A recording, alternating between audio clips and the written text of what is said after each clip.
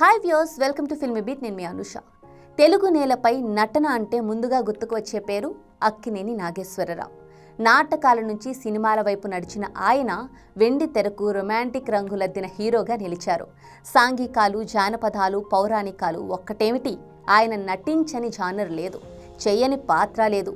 నవరసాలు పలికించగల అద్భుతమైన నటుడిగా తెలుగు ప్రేక్షకుల మనసుల్లో చిరస్థాయిగా నిలిచిపోయారాయన.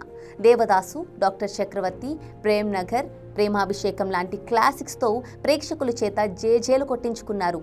కేవలం హీరోగానే కాకుండా అన్నపూర్ణ స్టూడియోస్ ప్రారంభించి తెలుగు సినీ ఇండస్ట్రీ మద్రాస్ నుంచి హైదరాబాద్కి తీసుకురావడంలో కీలక పాత్ర పోషించారు ఏఎన్ఆర్. సినీ రంగంలో 75 ఏళ్ల ప్రస్థానాన్ని పూర్తి చేసుకుని అరుదైన ఘనతను సొంతం చేసుకున్నారు.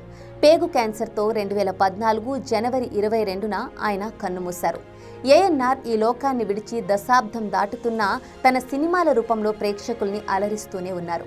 ప్రస్తుతం ఆయన వారసత్వాన్ని తన కుమారుడు అక్కినేని నాగార్జున, అలాగే మనవళ్లు నాగచైతన్య, అఖిల్ కొనసాగిస్తున్నారు. నేడు ఏఎన్ఆర్ 101వ జయంతి సందర్భంగా తన తండ్రితో ఉన్న అనుబంధాన్ని మీడియాతో షేర్ చేసుకున్నారు నాగార్జున. నాకు ఇంత స్థాయి తీసుకువచ్చింది సినీ పరిశ్రమే, అందుకే సినీ ఇండస్ట్రీకి, జనాలకు ఎంతో కొంత తిరిగి ఇవ్వాలని నాన్న అనుకునేవారు. అన్నపూర్ణ స్టూడియోస్ నాన్న కన్న కళ.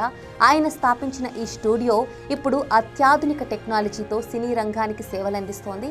అన్నపూర్ణ స్టూడియో ప్రారంభించినప్పుడు నేను ఇండస్ట్రీలోకి రాలేదు, తెలుగు సినీ పరిశ్రమ మద్రాస్ నుంచి హైదరాబాద్కి తీసుకురావాలని నాన్న చాలా పట్టుదలగా ఉండేవారు. ఆ పట్టుదలే స్టూడియో నిర్మాణానికి నాంది పలికింది.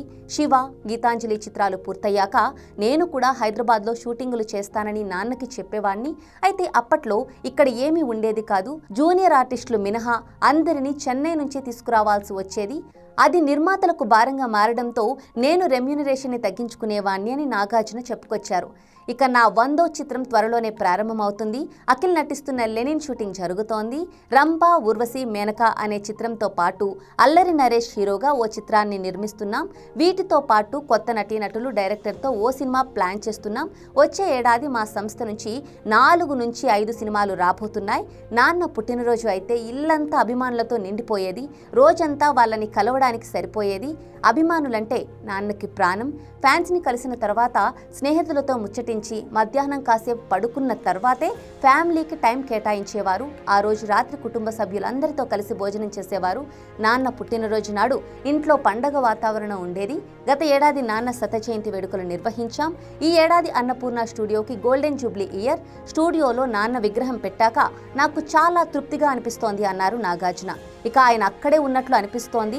నాన్న బయోపిక్ తీయాలని నాకు ఎప్పటి నుంచో ఆలోచన ఉంది. దాన్ని ఎంత ఆసక్తికరంగా తీయాలనే విషయంపై డిస్కషన్స్ అయితే జరుగుతున్నాయి. అన్నీ కొలిక్కి వచ్చాక వివరాలు వెల్లడిస్తామని చెప్పుకొచ్చారు అక్కినేని నాగార్జున.